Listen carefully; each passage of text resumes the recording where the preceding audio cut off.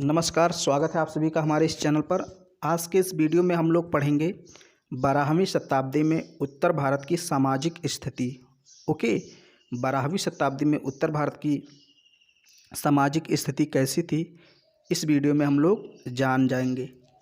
12वीं शताब्दी में उत्तर भारत की सामाजिक और आर्थिक स्थिति, तो यहाँ पर हम केवल सामाजिक स्थिति की बात करेंगे।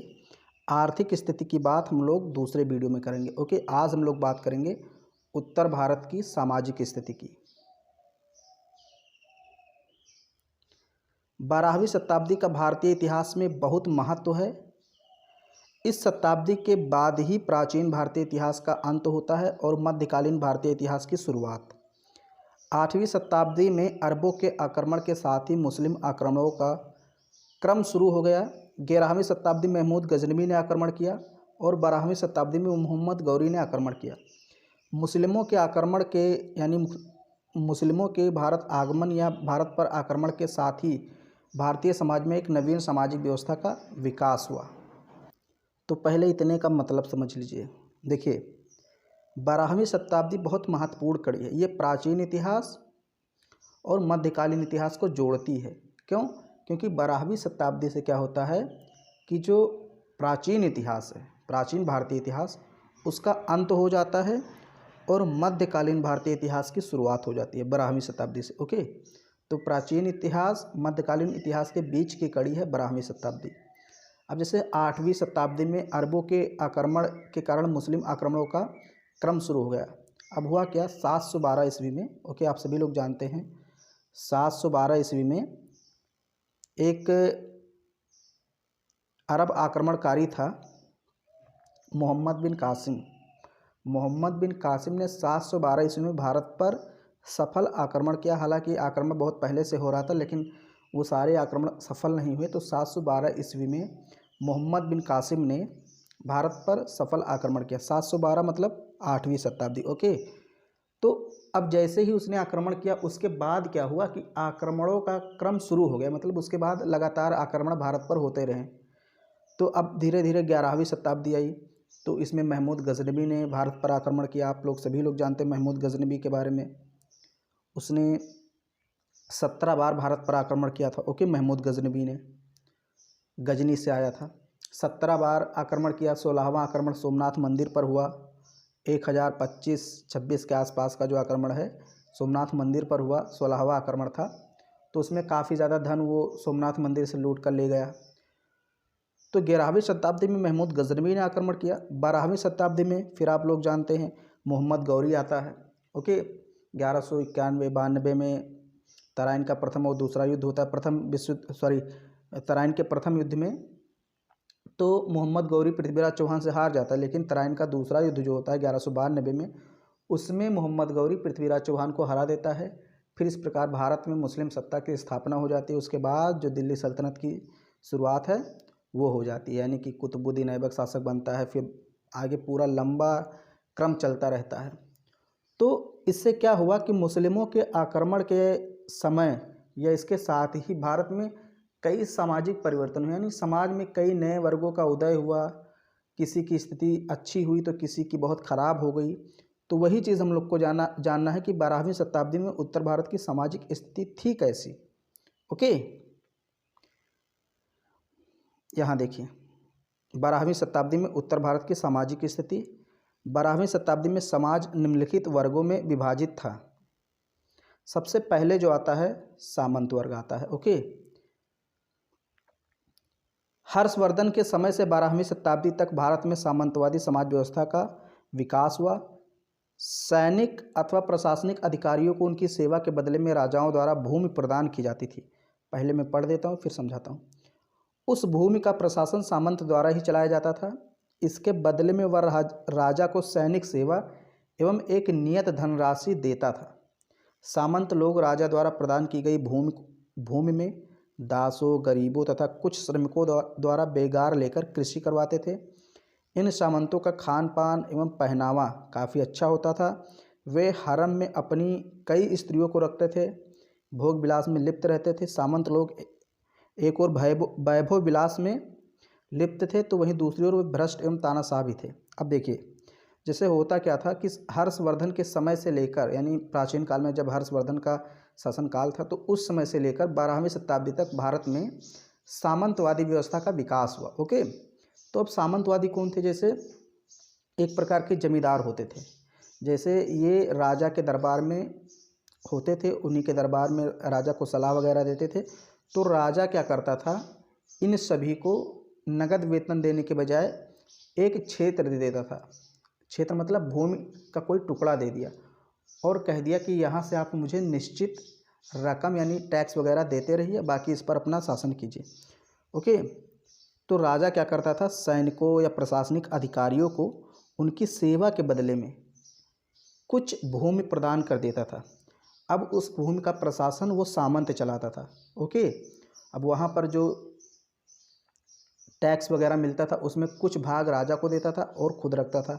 उस भाग में वो दासों से, कृषकों से, मजदूरों से मजदूरी कराता, किसानी कराता, ओके, गरीबों से कृषि कार्य करवाता। उससे जो कुछ भी मिलता, आय प्राप्त होता, उसका कुछ भाग राजा को देता और बाकी भाग अपना रख लेता है।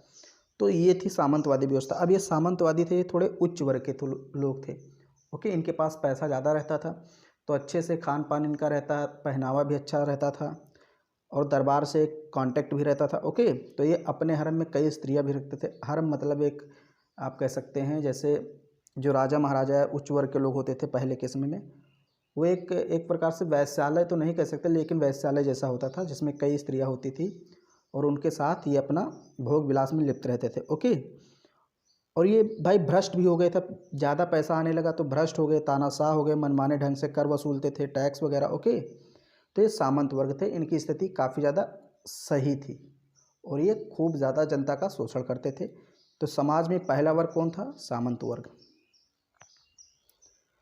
फिर दूसरा वर्ग, ये भी काफ़ी ज़्यादा इम्पोर्टेंट है, व्यापारी एवं सौदागर वर्ग था। सामंती समाज के अलावा उस समय एक और प्रमुख धनी समुदाय व्यापारियों एवं सौदागरों का था। यह वणिक वर्ग भी हर हाल में लाभ कमाना अपना उद्देश्य मानता था। ये व्यापारी जरूरी वस्तुओं का संचय कर उसे बाद में ऊंचे दामों पर बेचते थे और कम तौलते थे। इस प्रकार यह व्यापारी आम जनता का शोषण करते थे। ये व्यापारी एवं सौदागर आम जनता को उधार देते थे, बाद में मनमाने ढंग से ब्याज लगाकर वसूलते थे। अब देखिए, व्यापारी एवं सौदागर, इनका भी उच्च स्थान था। ओके, तो ये क्या करते थे, ये कुछ वस्तुओं को इकट्ठा कर लेते थे, चुपके से रख लेते थे। जब उन वस्तुओं की डिमांड बहुत ज़्यादा होती थी तब ये उन वस्तुओं का दाम बढ़ा करके बेचते थे और कम भी तौलते थे। ओके, तो इस प्रकार गरीब जनता का शोषण करते थे। ये अपना लाभ कमाना प्रथम उद्देश्य मानते थे कि हमको लाभ मिले, बाकी कुछ भी हो जाए समाज में, गरीब मर जाए, बिना खाए पिए सो जाए, लेकिन हमको अपना लाभ देखना है। ओके, तो ये आवश्यक वस्तुओं का, जरूरी वस्तुओं का संचय कर लेते थे, फिर उसको ऊंचे दाम में बेचते थे, कम तौलते थे, जनता का शोषण करते थे। और ये जैसे गरीब जनता को उधार भी देते थे, तो जब उधार दे देते थे तो बाद में मनमाने ढंग से ब्याज लगाते थे और वसूलते थे उनसे। ओके, मतलब मनमाने ढंग से जितना ब्याज ये चाहे उतना लगा देते थे, शोषण भी करते थे, मारते पीटते थे, यानी कि गरीब जनता का बहुत ज़्यादा शोषण होता था। तो ये व्यापारी वर्ग एवं सौदागर वर्ग, इनकी भी स्थिति अच्छी थी, ये भी खूब ज़्यादा शोषण करते थे गरीब जनता का। फिर यहाँ पर है निर्धन वर्ग। तो निर्धन वर्ग आज भी स्थिति वैसी है, पहले भी, मतलब निर्धन वर्ग, किसान वर्ग, मजदूर वर्ग, इनकी स्थिति कभी नहीं बदलेगी। ओके, देखिए, निर्धन लोगों की स्थिति काफ़ी दयनीय थी। निर्धन लोग बिना किसी वस्त्र के ज़मीन पर सो जाते थे। उन्हें भूख की यातना, यहाँ यात्रा नहीं यातना होगा। ओके, यातना, यातना सहन करनी पड़ती थी, सहनी पड़ती थी। व्यापारियों और सामंतों द्वारा निर्धन लोगों का जमकर शोषण किया जाता था। 12वीं शताब्दी में अमीरी गरीबी चरम सीमा पर थी। अब जो गरीब लोग थे, निर्धन लोग थे, इनकी स्थिति काफ़ी ज़्यादा दयनीय थी। इनको 2 टाइम का खाना भी नहीं मिलता था, भोजन भी नहीं प्राप्त होता था। ओके, ज़मीन पर ये बिना कुछ बिछाए ऐसे ही सो जाते थे। कई कई रात तो ये खाना भी नहीं खाते थे, होता ही नहीं था। व्यापारी और सामंत लोग इनका बहुत ज़्यादा जमकर शोषण करते थे। तो इस प्रकार 12वीं शताब्दी में हम देखते हैं कि अमीर बहुत ज़्यादा अमीर थे और गरीब बहुत ज़्यादा गरीब थे, यानी कि दोनों चरम सीमा पर थे अपने। फिर यहाँ जो है अगला पॉइंट वर्ण व्यवस्था, ओके आपको लिखना है। तो प्राचीन काल में भारतीय समाज वर्ण व्यवस्था में विभाजित था। इस समय भी वर्ण व्यवस्था वाली स्थिति विद्यमान थी। देखिए टाइपिंग में अगर कहीं मिस्टेक हो जाए तो वो थोड़ा सा आप समझ लीजिएगा, मैं जो बोलता हूँ उस पर ध्यान देना है, लिखा है उस पर बहुत ज़्यादा ध्यान नहीं देना, क्योंकि टाइपिंग में अक्सर मिस्टेक हो जाती है, कहीं कहीं ज़्यादा नहीं, कहीं कहीं मिस्टेक है। 12वीं शताब्दी में हिंदू समाज में वर्ण व्यवस्था विद्यमान थी। ब्राह्मण वर्ग अभी भी पूज्य था। शासन करना, युद्ध करना एवं प्रजा की रक्षा करना क्षत्रियों का कर्तव्य माना जाता था। राजपूत सैनिक युद्ध में स्त्री, बच्चों एवं शत्रु सेना पर निशस्त्र शत्रु पर आक्रमण नहीं करते थे। ओके, ये देखिए यहाँ पर मिस्टेक है थोड़ा सा, ये जो पॉइंट है देखिए यहाँ पर, यहाँ से यहाँ तक जो मैं बोलूँगा वो लिखना है। राजपूत सैनिक युद्ध में स्त्री, बच्चों एवं निशस्त्र, ये निशास्त्र लिखा है, निशास्त्र तो यहाँ पर होगा निशस्त्र, मतलब जिनके पास शस्त्र ना हो, तो ऐसे शत्रुओं पर हमला नहीं करते थे। राजपूत बहुत ही प्राउडी होते थे, अभिमानी होते थे। ओके, अगर किसी सेना के पास मान लीजिए इनका कोई दुश्मन ही है, शत्रु है, उसके पास औजार हथियार नहीं है, निशस्त्र है, तलवार वगैरह नहीं, तो उस पर ये आक्रमण नहीं करते थे, उसको पहले तलवार देते थे। ओके, बच्चों पर आक्रमण नहीं करते थे, स्त्रियों पर आक्रमण नहीं करते थे। तो ये राजपूत की अपनी एक नीति थी, एक अपना कर्तव्य था। ओके, कि ये स्त्री, बच्चों एवं निशस्त्र शत्रु पर आक्रमण नहीं करते थे। शरणागत की रक्षा करना अपना प्रथम परम दायित्व मानते थे। यानी कि अगर कोई भाग कर इनके पास आया है अपनी जान बचाने की, हमें शरण दे दीजिए, तो उसकी रक्षा करते थे। ओके, यहाँ वैश्य होगा, वैश्य, देखिए टाइपिंग मिस्टेक कहीं ज़्यादा है इसमें,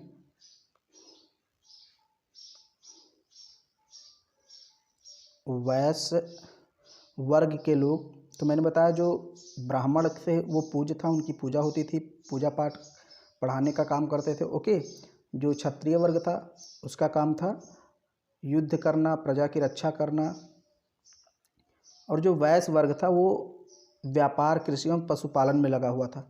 शूद्र वर्ग अभी भी दयनीय स्थिति में था। सजातीय विवाह पर जोर था। स्त्रियों का पुनर्विवाह या विधवा विवाह पति के खो जाने पर, मृत्यु हो जाने पर, सन्यासी हो जाने पर, जाति बहिष्कृत हो जाने पर संभव था। तो ये वर्ण व्यवस्था आप लिख सकते हो कि चारों जो वर्ण व्यवस्था थी, चारों वर्ण थे, उनका क्या काम था, ये लिखना है। बाकी यहाँ थोड़ा सा आपको ये लिख देना भाई, सजातीय विवाह उसमें होता था, यानी जिस जाति के हैं उसी जाति में विवाह होता था। अगर पति खो गया है किसी का युद्ध में, या किसी कारण मृत्यु हो गई, सन्यासी हो गया, जाति से निकाल दिया गया, तो स्त्रियों का पुनर्विवाह या विधवाओं का पुनर्विवाह हो जाता था। तो ये वर्ण व्यवस्था आपको लिखनी है। फिर यहाँ मंदिरों एवं मठों की स्थिति के बारे में वर्णन कर देना है। 12वीं शताब्दी में बौद्ध मठ और मंदिर अपने पतन की अवस्था में आ चुके थे। बौद्ध मठ जो पहले विद्या के प्रमुख केंद्र एवं ज्ञान प्राप्ति के स्थान थे, ये देखिए स्थान में भी मिस्टेक है, स्थान थे, अब वे विलासता के केंद्र बन गए। मठों में अत्यधिक धन एकत्रित हो जाने से मठवासी भोग विलास में जीवन व्यतीत करने लगे। तो जो बौद्ध मठ होते थे पहले वे विद्या के केंद्र थे, ज्ञान के केंद्र थे, लेकिन अब वहाँ पर बहुत ज़्यादा धन आने लगा था। तो धन जब आ जाता है तो लोग भ्रष्ट हो जाते। तो वहाँ के जो पुजारी थे, मठवासी थे, ओके, बौद्ध धर्म के जो भी उनको कहते हैं, तो लोग भ्रष्ट हो गए, भोग विलास में जीवन व्यतीत करने लगे। दक्षिण भारत की तरह उत्तर भारत के कुछ मंदिरों में देवदासी प्रथा प्रचलित थी। कई अविवाहित लड़कियों को मंदिरों में देवताओं की सेवा के लिए समर्पित कर दिया जाता था। इस प्रकार मंदिरों में धर्म के नाम पर भ्रष्टाचार एवं वेश्यावृत्ति को बल मिला। सती प्रथा भी व्यापक रूप से प्रचलित थी। तो दक्षिण भारत में बेसिकली जो देवदासी प्रथा है इसका प्रचलन था, लेकिन कुछ कुछ उत्तर भारत में भी ये प्रथा प्रचलित थी। अब इस प्रथा में क्या होता था कि जो नवयुवक कन्याएं हैं या फिर अविवाहित लड़कियां हैं, उनको मंदिरों में भेज दिया जाता था देवताओं की सेवा करने के लिए, ऐसा माना जाता था। वहाँ पर नृत्य करती थी, नाचती वगैरह थी, गायन करती थी। ओके, और पुजारी लोग इनके साथ अनैतिक कार्य भी करते थे। तो इस प्रकार मंदिरों में धर्म के नाम पर भ्रष्टाचार और वेश्यावृत्ति को बल मिला। सती प्रथा भी प्रचलित थी। तो ये 12वीं शताब्दी में उत्तर भारत की सामाजिक स्थिति आपने जानी कैसी थी। सामंत वर्ग, फिर दूसरा मैंने बताया आपको व्यापारी और सौदागर, तीसरा निर्धन वर्ग, चौथा वर्ण व्यवस्था, पांचवा मंदिरों में मठों की स्थिति। ओके, तो उम्मीद करता हूँ वीडियो आपको काफ़ी पसंद आया होगा। हालांकि कुछ टाइपिंग मिस्टेक हुई हैं तो मैंने उसको बता भी दिया है कहाँ कहाँ पर मिस्टेक है, उसको आपको ध्यान नहीं देना, आपको मेरी बातों को सुनना था और उसको नोट करना था। जहाँ कहीं भी मिस्टेक है उसको आप एक बार सुधार लीजिएगा और सही से कॉपी में लिख लीजिएगा। आई होप आपको वीडियो पसंद आया तो इसको लाइक कर दीजिए, शेयर कर दीजिए। चैनल पर पहली बार आए हैं तो चैनल को सब्सक्राइब कर लीजिए।